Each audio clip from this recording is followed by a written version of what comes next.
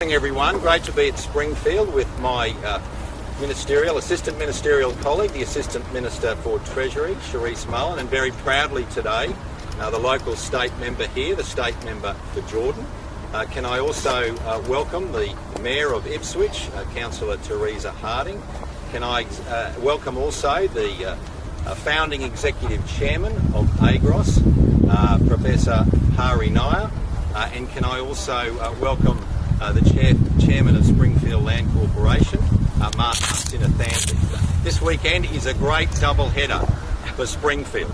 On Sunday we are going to cheer on the mighty Brisbane Lions as they fight hard to secure the premiership for the AFLW in a stadium that our government was proud to build, one that I was proud to support as Treasurer. I know that Charisse was even prouder to champion it for her community, a stadium that's just behind us over here.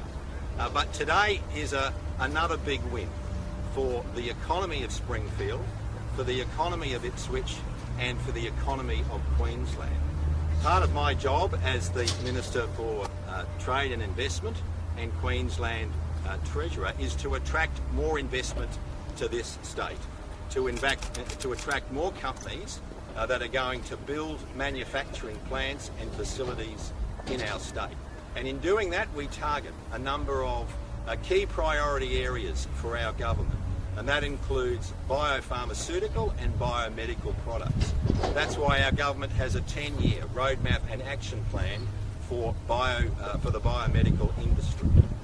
And that's why I'm so pleased to announce today that Aegros will establish a $350 million manufacturing facility right where we are standing today, supported by our government's Invested in Queensland program. Now that manufacturing facility will manufacture blood plasma products.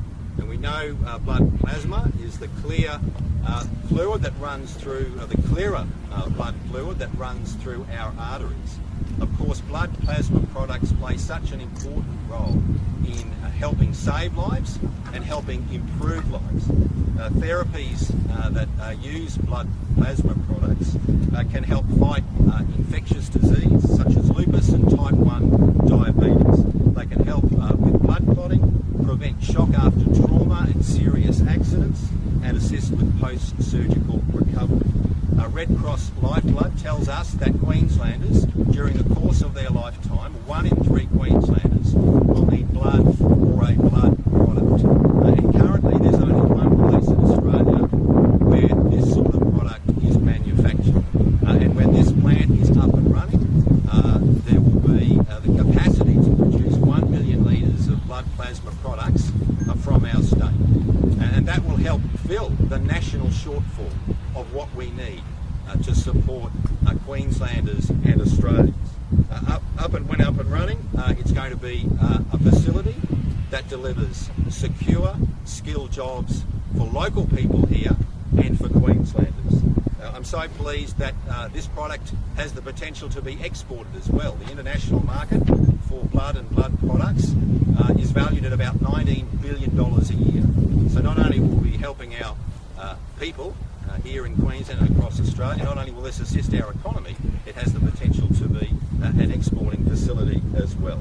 Very importantly, there'll be jobs created through this investment, 250 manufacturing jobs over the 2-year construction period, and then very importantly, high-skilled, high-quality, secure jobs in the future, about 350 when the manufacturing facility is up and running.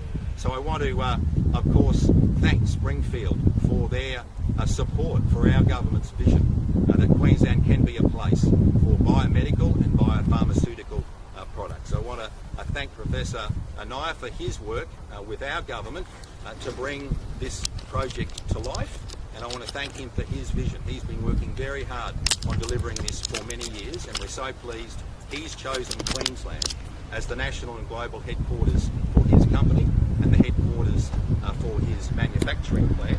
So this facility will of course help us to strengthen and diversify our economy, create skilled, secure jobs, but very importantly produce a product that will help save and improve the lives in our state. Now I might ask Charisse Mullen to say a few words, followed by the Mayor, Professor Nair, and then of course Maha Sinathan. Thank you. Good morning. Great scarf weather. As the local representative, I'm absolutely thrilled to welcome Aegros to Greater Springfield. This is a project that I know will support our growing biomedical industry. But importantly, as the Treasurer mentioned, for me as the local member, it is about jobs. 250 construction jobs in that initial phase and almost 350 jobs operationally, and really high-skilled jobs, which is absolutely wonderful. I want to thank Aegros for making the decision to locate their facility here. It's really wonderful, but importantly, it's also a vote of confidence for our Springfield Biopark, which will occur here in Springfield. I want to also thank Springfield City Group for their support of the project, and importantly, the Treasurer, the team at Treasury, and of course our government, the Palaszczuk government, for supporting and attracting Aegros here to Greater Springfield, and importantly to Queensland. Thank you.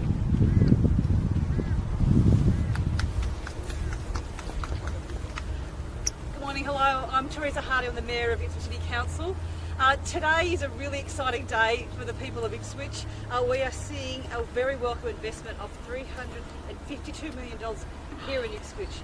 We are that hub of advanced manufacturing, logistics and warehousing. So we thank the Queensland Government for that investment, also Aegros for this investment in Ipswich as well.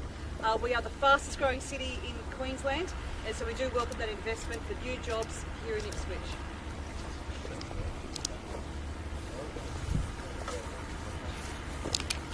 Good morning, everyone. I have to tell you, after 37 years of working on this project, together with my business partner, John Manusa, this is a wonderful, significant, tear-drop-bringing moment in my very long career. What we had envisioned when we first saw this Australian invented technology, I want you to remember this is an Australian invented technology, and I'm very proud to say that I am a co-inventor, was that it was going to make a difference to people's lives. And in doing so, what we have done is created this vision of actually establishing a plasma fractionation plant here in Queensland. Now, just to give you the significance of this, there's only one other plasma fractionation company in Australia, CSL. Now, CSL has done a great job in ensuring that we have the right sort of material for treatment of patients. What we haven't done is we haven't been able to meet the ever-growing demand for plasma products. And Australia is only about 53% self-sufficient. What this technology can do is it can actually pull out twice more than what the current technology utilized by other fractionators can do. And that is going to make a huge difference to the Australian population in terms of health, the public health budget, and here in Queensland, it makes a big difference to us that we can actually create something special in the biotech environment. Now, this biotech environment has come about because of our close relationships with universities like the University of Queensland. My global chief for science and technology was an ex-professor. He's still an emeritus professor with the University of Queensland. And my professorship is also with the University of Queensland. We intend to improve that, not only in terms of collaboration with these institutions, but also together with the other universities in this area, and establish here a center for bioseparations excellence, where Queensland is going to be the headquarters. My company will establish ourselves here in Springfield as the global headquarters for our company. Now, all of this also has another ramification. Queensland is a very important member of the National Blood Authority. It allows us to have access in first in a small way and then a large way, we hope, to some of the plasma that's collected here in Australia, in Queensland. On top of that, a 1 million litre facility here is the equivalent of a 2 million litre facility using the older technology. So the significance is really there for everyone to see. Now, I saw a question about why Queensland. Well, let me tell you quite bluntly, you guys are bloody fantastic. All right, we we had interactions with other states. I kid you not. I mean, a project this big, you've got to do your due diligence. The Queensland Treasury has been fantastic, and I'd like to mention a few names. There are obviously a lot of people in the background that I can't even mention because of the number of people involved. People like Bruce Miller, who initially interacted with us, and then we had Karen Wicks, who's been wonderful interacting with me and keeping my frustrations at a much lower level than it can be. Tracy Lee Simmons and Lisa Travers. They are a credit to the Queensland community.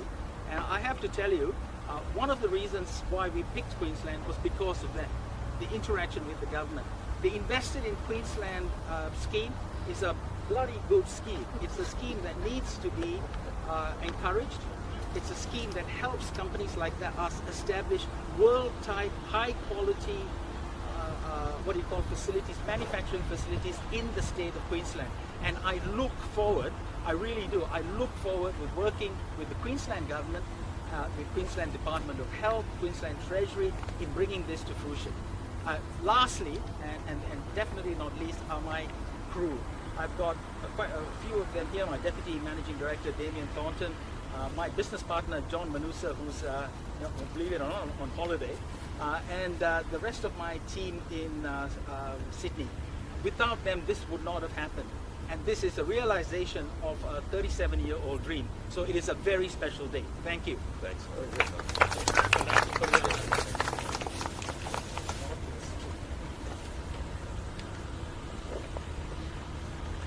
Friends, early this year,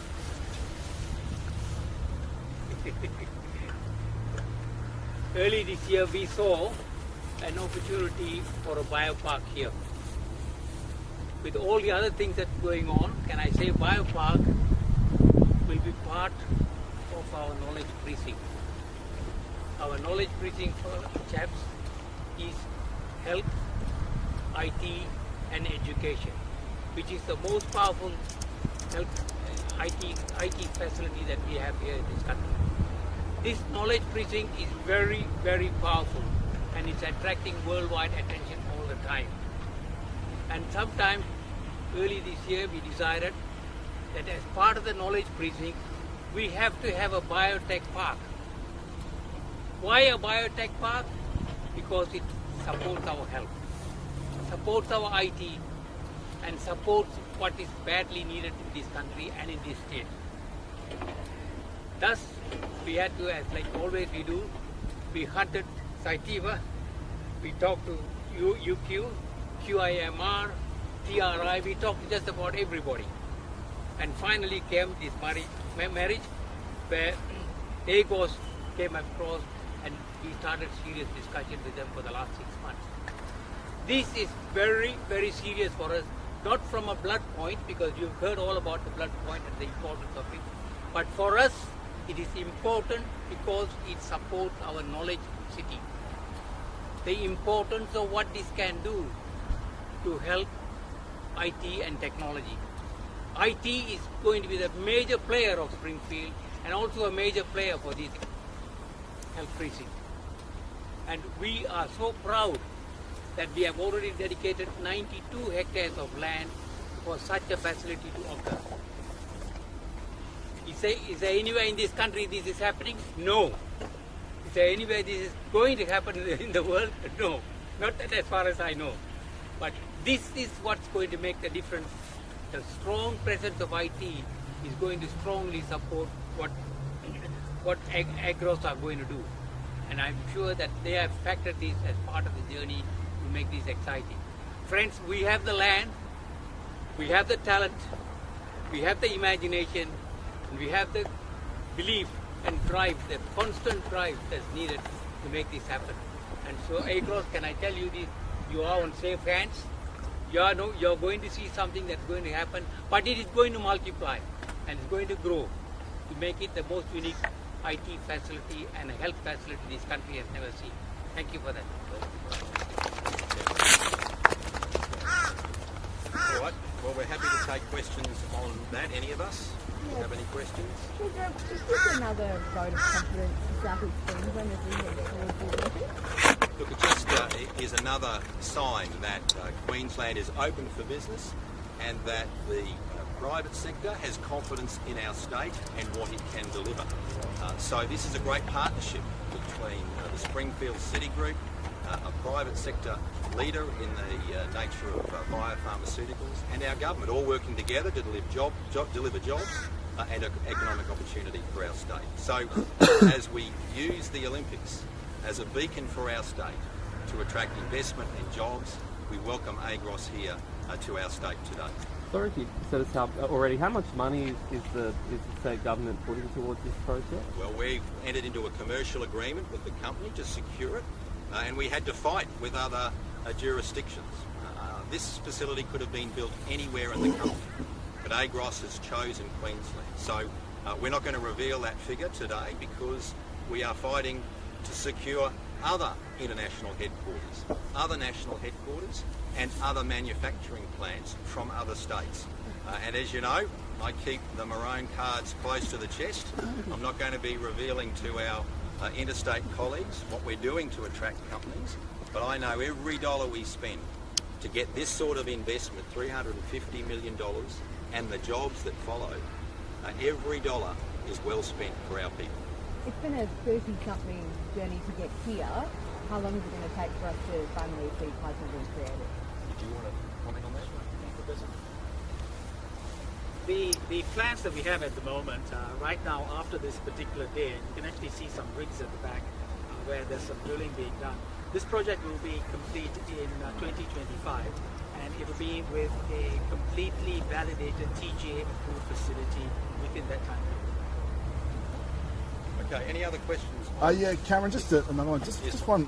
Your government's relationship with the Queensland Resources Council at the moment, is it at an all-time... Anything else on Aegros before we go on? Okay, fine, thank you. Thanks, Mark. Thank you, Chairman. All right, happy to go on. Anything else? Yeah, just the state government's relationship with the Queensland Resources Council at the moment. Is it at an all-time low, given what happened with the lunch the other day?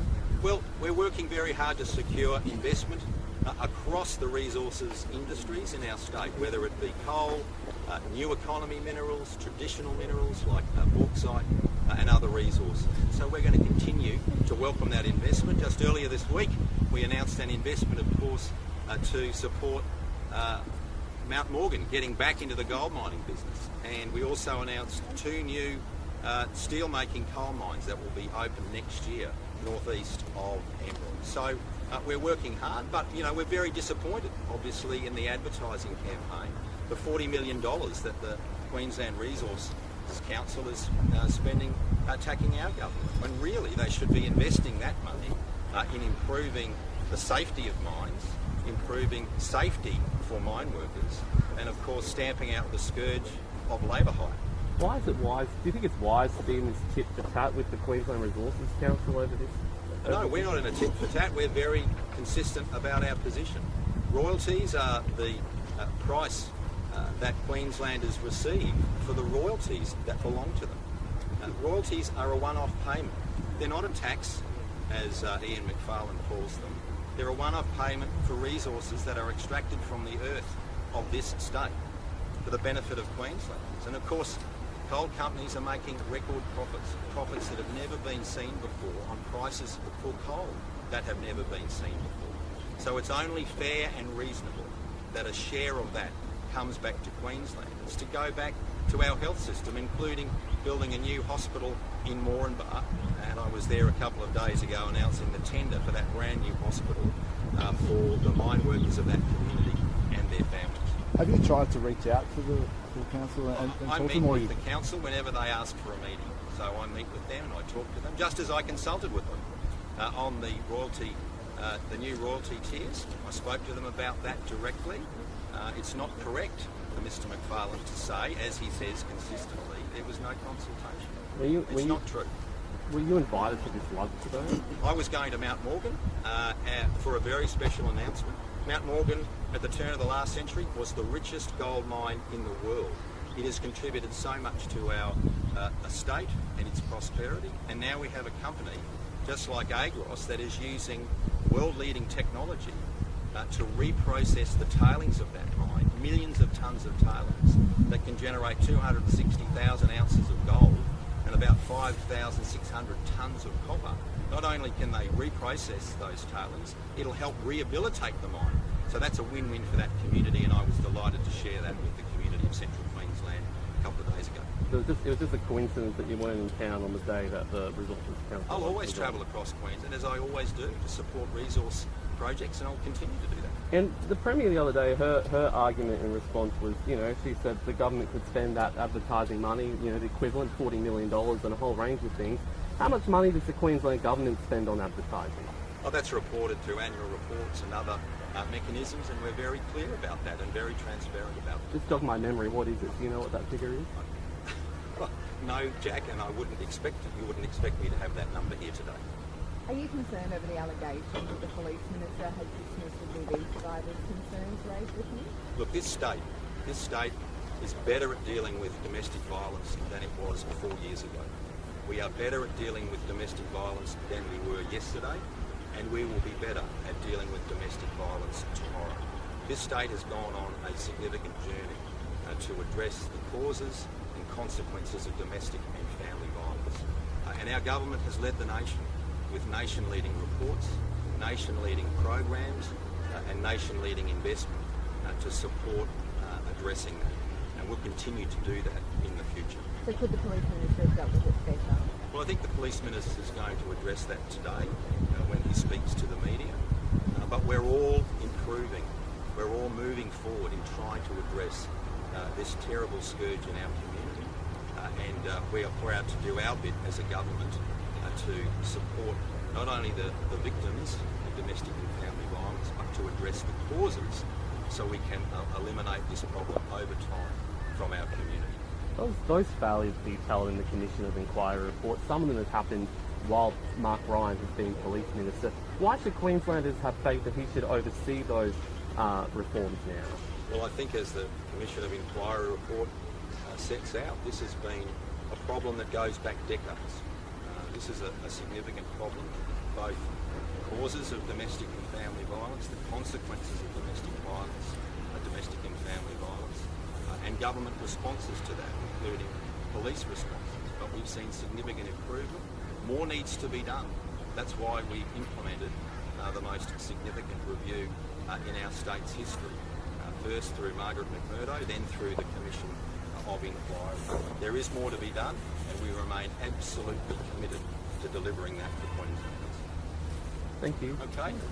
Thanks very much for your attendance here today. Thank you. Yeah.